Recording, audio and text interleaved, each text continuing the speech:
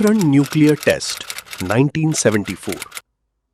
आज जो आप जानेंगे वो इतिहास की किताबों से जानबूझकर या तो कम कर दिया गया या कहिए एक ऐसा सच है जिसे दुनिया के सबसे ताकतवर देश आज भी अपनी सबसे बड़ी हार मानते हैं।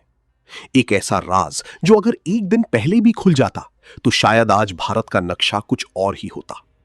क्या आप यकीन करेंगे कि दुनिया की सबसे खतरनाक खुफिया एजेंसी अमेरिका की CIA, जिसके पास आसमान में तैरते करोड़ों डॉलर के जासूस सैटेलाइट्स थे, उन्हें भनक तक नहीं लगी और भारत ने उनकी नाक के नीचे एक ऐसा धमाका कर दिया जिसने पूरी दुनिया को हिलाकर रख दिया।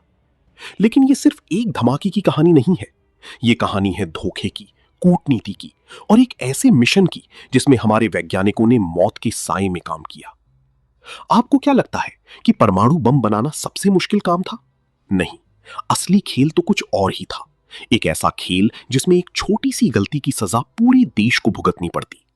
असली शॉकिंग सच तो इस कहानी के बीच में छुपा है। सोचिए, आप 1970 के दशक में हैं। भारत के लिए यह दौर बहुत बहुत मुश्किल था। 1962 में चीन के साथ युद्ध में मिले गहरी जख्म अभी भरे भी नहीं थे कि 1964 में चीन ने अपना पहला सफल परमाणु परीक्षण कर लिया। हमारे पड़ोस में एक ऐसा देश था जिसके पास रातों रात दुनिया का सबसे खतरनाक हथियार आ गया था। भारत की नींदें उड़ चुकी थी, लेकिन असली खौफ का मंजर तो अभी आना बाकी था। 1971 की भारत पाकिस्तान जंग। जब भारत बांग्लादेश को आजाद कराने के लिए लड़ रहा था, तब अमेरिका ने पाकिस्तान को बचाने के लिए अपना सबसे बड़ा, सबसे खतरनाक और परमाणु हथियारों से लैस युद्धपोत USS एंटरप्राइज बंगाल की खाड़ी में भेज दिया। उस दिन भारत की तत्कालीन प्रधानमंत्री इंदिरा गांधी और देश के शीर्ष नेताओं को एक बात बहुत गहराई से समझ आ गई थी। इस दुनिया में अगर अपना वजूद बचाना है, अगर किसी भी महाशक्ति की धमकी से नहीं डरना है, तो भारत को अपना खुद का ब्रह्मास्त्र बनाना ही होगा। ये अब सिर्फ ताकत की बात नहीं थी, ये देश की सर्वाइवल की लड़ाई थी। और इसका रास्ता किसी आलीशान दफ्तर से नहीं, बल्कि राजस्थान के तपते हुए रेगिस्तान से होकर गुजरने वाला था। इस टॉप सीक्रेट मिशन को एक ऐसा कोड नेम दिया गया जो सुनने में बहुत शांत लगता है। स्माइलिंग बुद्धा, यानी मुस्कुराते हुए बुद्ध। यह नाम इसलिए चुना गया क्योंकि जिस दिन यह परीक्षण होना तय था उस दिन बुद्ध पूर्णिमा थी। लेकिन इस नाम के पीछे जो काम हो रहा था उसमें शांति के अलावा सब कुछ था। इस प्रोजेक्ट की गोपनीयता का अंदाजा आप इसी बात से लगा सकते हैं कि पूरे देश में सिर्फ 72 लोगों को इसकी जानकारी थी। जी हां, इतने बड़े देश में सिर्फ 72 लोग। क्या आप मानेंगे कि देश के रक्षा मंत्री तक को इस ऑपरेशन की भनक नहीं लगने दी गई थी? सोचिए, अगर आप उस टीम का हिस्सा होते तो क्या आप अपने परिवार से, अपने बच्चों से यह राज छुपा पाते? चलिए इस कहानी को एक आम इंसान की नजरों से देखते हैं। मान लीजिए एक युवा आर्मी इंजीनियर है जिसे हम कैप्टन राज कह सकते हैं। कैप्टन राज को रातों रात एक आदेश मिलता है कि उन्हें अपनी बटालियन के साथ राजस्थान की पोखरण जाना है। उन्हें नहीं बताया गया कि क्यों। जब वो वहां पहुंचते हैं तो उन्हें 50 डिग्री के तापमान में चिलचिलाती धूप और लू के बीच खुदाई करने को कहा जाता है। कैप्टन राज जैसे भारतीय सेना की 58वीं इंजीनियर रेजिमेंट के सैकड़ों जवान वहां दिन रात एक कर रहे थे। उन्हें नहीं पता था कि वो क्या बना रहे हैं, लेकिन उन्हें इतना पता था कि देश के लिए कुछ बहुत बड़ा हो रहा है। उन्होंने अपनी जान जोखिम में डालकर बिना किसी सवाल के वो काम किया जो शायद दुनिया में कोई और सेना नहीं कर सकती थी। परमाणु बम बनाने के लिए सबसे जरूरी और सबसे दुर्लभ चीज थी प्लूटोनियम 239। ये हमें मुंबई के ट्राम्बे में लगे साइरस रिएक्टर से मिला। लेकिन यहां एक बहुत बड़ा पेच था। ये रिएक्टर कनाडा और अमेरिका की मदद से सिर्फ शांतिपूर्ण कार्यों के लिए लगाया गया था। अगर उन्हें जरा भी भनक लगती कि भारत इसका इस्तेमाल बम बनाने के लिए कर रहा है तो वो तुरंत सारा सपोर्ट खींच लेते और भारत पर भयानक प्रतिबंध लग जाते। इसलिए भारत ने कूटनीति का एक बहुत बड़ा दांव खेला। उन्होंने तय किया कि इस परीक्षण को दुनिया के सामने पीसफुल न्यूक्लियर एक्सप्लोजन का नाम दिया जाएगा ताकि अंतर्राष्ट्रीय कानूनों की जाल से बचा जा सके। परमाणु ऊर्जा आयोग के अध्यक्ष डॉक्टर होमी सेठना और भाभा परमाणु अनुसंधान केंद्र के निदेशक डॉक्टर राजा रमन्ना के नेतृत्व में वैज्ञानिकों ने एक बेहद जटिल 6 तरफा इंप्लोजन डिवाइस तैयार किया। ये पूरी तरह से मेड इन इंडिया था। ये कोई छोटा मोटा अचीवमेंट नहीं था। ये भारत के वैज्ञानिकों की प्रतिभा का वो लोहा था जिसे दुनिया अब तक नहीं मानती थी। लेकिन बम बनाना तो सिर्फ एक हिस्सा था। असली और सबसे बड़ा चैलेंज तो अब शुरू होने वाला था। आसमान से अमेरिका की CIA और उनके अत्याधुनिक जासूसी सैटेलाइट्स गिद्ध की तरह नजरें गड़ाए बैठे थे।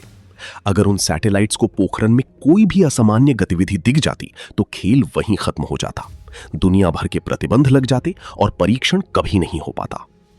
अब जरा सोचिए, अगर आप उस टीम के लीडर होते तो आसमान से आपको देख रही उन मशीनी आंखों से कैसे बचते? क्या आप दिन में काम करते? बिल्कुल नहीं। भारतीय सेना ने भी यही किया। सैटेलाइट्स को धोखा देने के लिए पोखरण के उस परीक्षण स्थल पर सिर्फ रात के घने अंधेरे में काम होता था।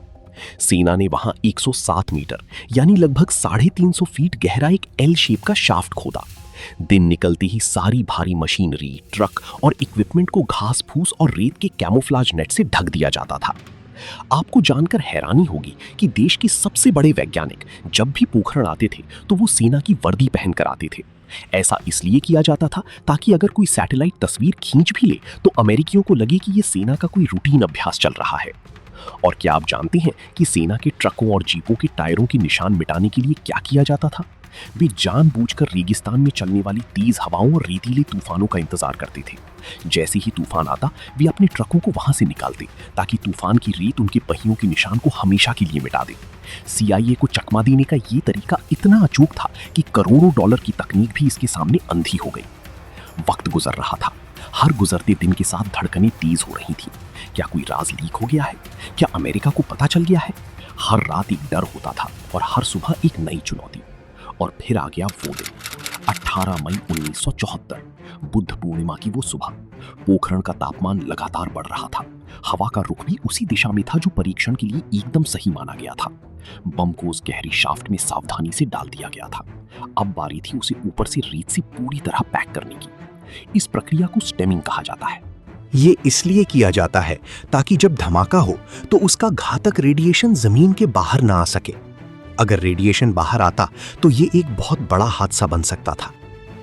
कंट्रोल रूम में एक अजीब सा सन्नाटा था। डॉक्टर रमन्ना, डॉक्टर सेठना और वहां मौजूद सेना के सभी जनरलों की सांसें अटकी हुई थीं। हवा में एक भारीपन था। बरसों की मेहनत, वो रात रात भर जागना, वो CIA से छुप छुप कर काम करना, आज उन सब का फैसला होने वाला था। सुबह ठीक 8:05 पर डॉक्टर प्रणब रेवती रंजन दस्तीदार ने फायरिंग का वो ऐतिहासिक बटन दबाया। बटन दबते ही कुछ सेकंड्स का ऐसा सन्नाटा छा गया जो किसी को भी डरा दे। ऐसा लगा जैसे वक्त रुक गया हो। क्या बम फटा? क्या मशीन ने काम नहीं किया? और फिर अचानक जमीन के 107 मीटर नीचे एक भयंकर धमाका हुआ। पोखरण के रेगिस्तान की जमीन पूरी तरह से कांप उठी। ऐसा लगा जैसे धरती फट पड़ेगी। एक फुटबॉल मैदान जितना बड़ा रेत का एक विशाल गुंबद फटकर हवा में बहुत ऊपर तक उठा। आसमान में धूल का एक भयानक मशरूम क्लाउड बन गया और फिर वो रेत का गुंबद वापस जमीन में बैठ गया, पीछे छोड़ते हुए एक बहुत बड़ा गड्ढा। ये सिर्फ एक धमाके की आवाज नहीं थी, ये भारत की आजादी की वो दहाड़ थी जिसे पूरी दुनिया ने सुना। परीक्षण 100% सफल रहा था और सबसे बड़ी बात, रेडिएशन का एक कण भी लीक नहीं हुआ था।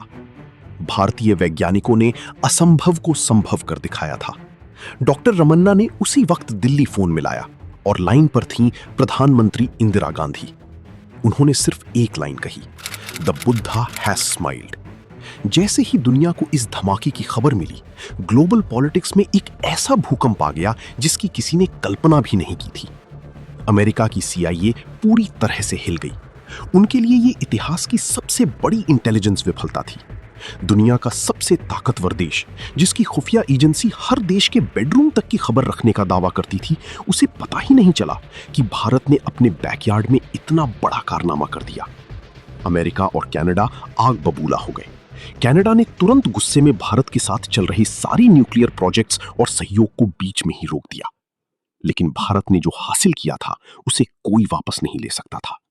भारत अब यूनाइटेड नेशंस सिक्योरिटी काउंसिल के 5 स्थायी सदस्यों के बाहर दुनिया का पहला ऐसा देश बन गया था जिसने सफलतापूर्वक परमाणु बम का परीक्षण किया था। दुनिया के बड़े देशों को डर लगने लगा। उन्हें लगा कि अगर भारत ऐसा कर सकता है तो कल को कोई भी देश परमाणु हथियार बना लेगा। भारत को आगे बढ़ने से रोकने के लिए और किसी अन्य देश को ऐसी तकनीक न मिलने देने के लिए इसी साल न्यूक्लियर सप्लायर्स ग्रुप का गठन किया गया। भारत पर भारी प्रतिबंध लगाए गए, कूटनीतिक दबाव डाला गया। लेकिन स्माइलिंग बुद्धा ने दुनिया को साफ साफ बता दिया था कि भारत अब कोई कमजोर मुल्क नहीं है। भारत अब एक मजबूत आत्मनिर्भर ताकत है जिसे डराया या झुकाया नहीं जा सकता। इसी परीक्षण ने उस रास्ते की मजबूत नींव चलते हुए 24 साल बाद 1998 में भारत ने पूरे गर्व के साथ खुद को एक पूर्ण परमाणु हथियार संपन्न देश घोषित किया।